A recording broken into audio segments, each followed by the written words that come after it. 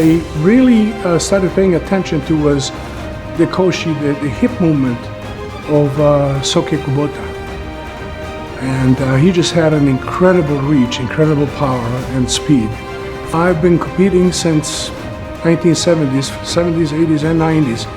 And I like to share some of the things that they're pretty much what I do, my own way of having a longer reach and shortening the distance and basically beating my opponent, becoming faster.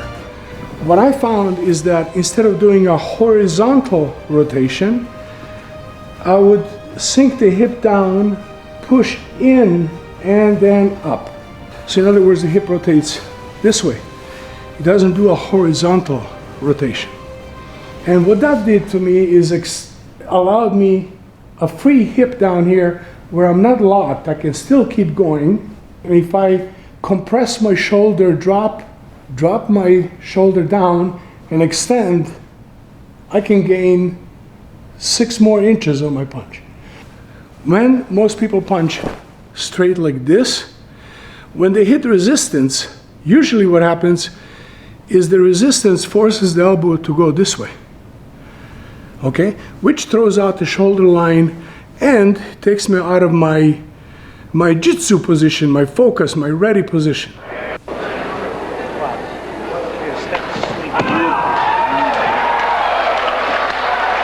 But I have to be in the state of mind of jitsu, that I'm focused and I'm ready. And then sacrifice is a totally different ball game. The people, they're not willing to sacrifice in the tournament. They can fight tournaments for 40 years, they don't win. Why? Because there's an uncertainty set in their mind, and they can't shake that. They're not willing to commit.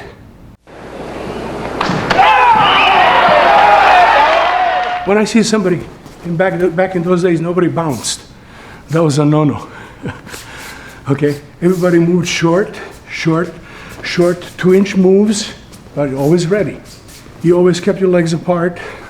You switch. When you switch, you rotate out of danger. You rotate out of danger. I can switch.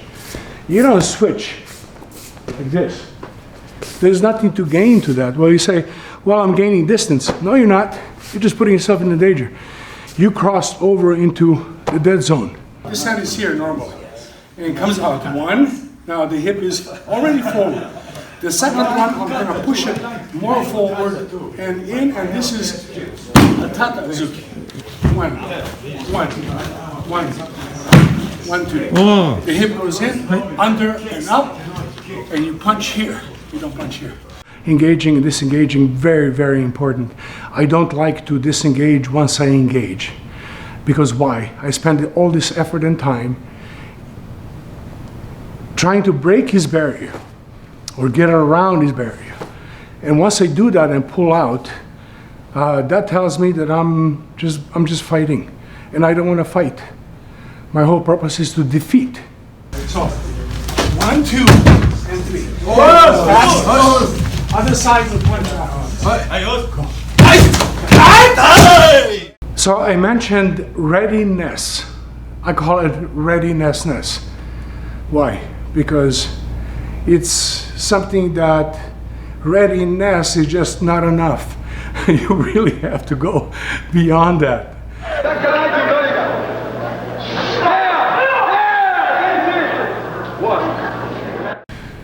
So when I see somebody like this weapon is pointing here, this weapon is pointing here. I'm in the middle, okay? No threat to me at all. And they think, okay, well, I can put it in line as I move. Yeah, you do, but that takes time. Why would you even do that? If you're going to war and you got somebody coming this way, you got your sharpshooter pointing over there and one pointing over there. It just doesn't make sense, folks. Line those up so they're my center line. I'm afraid of this, okay?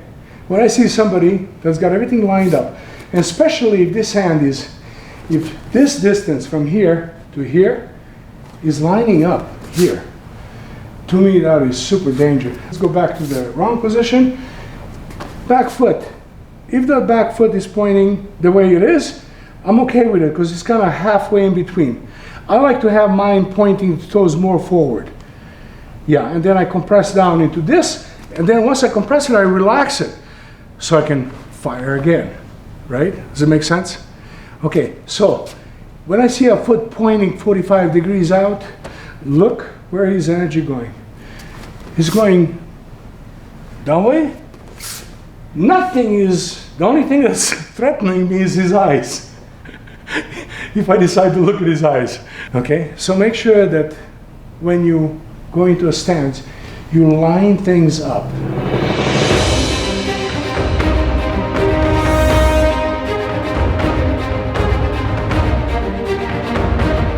Colonel John Boyd calls it ACT. I don't like to call it an act because that implies that I already planned and then I'm executing my plan. I like to call it react.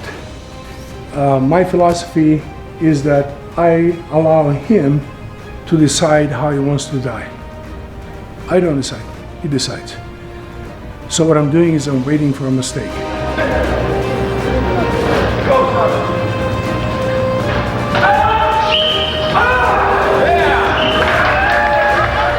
Future. How do you go into the future? In my mind, there's only future and past. There's no present. It doesn't exist. Present just went away. Present just went away. Present is gone. Present is gone. Present is gone. Present is gone. And my vision has a delay. I'm not seeing him real time. I'm seeing him, this noodle here has to process too much. So if he shifts in, oh, he shifted in. I'm already seeing it, it's too late. By super millisecond. Because my brain does not have real time. So the present does not exist. It's only future and past. And the key is how to be in the future. Well, it's very simple, putting your opponent in the past. And that's why we did all this stuff before. Remember this stuff before? Taking the mind away? It's all about the future, being in the future. Being in the future. You take his mind, put him in the past, you're in the future.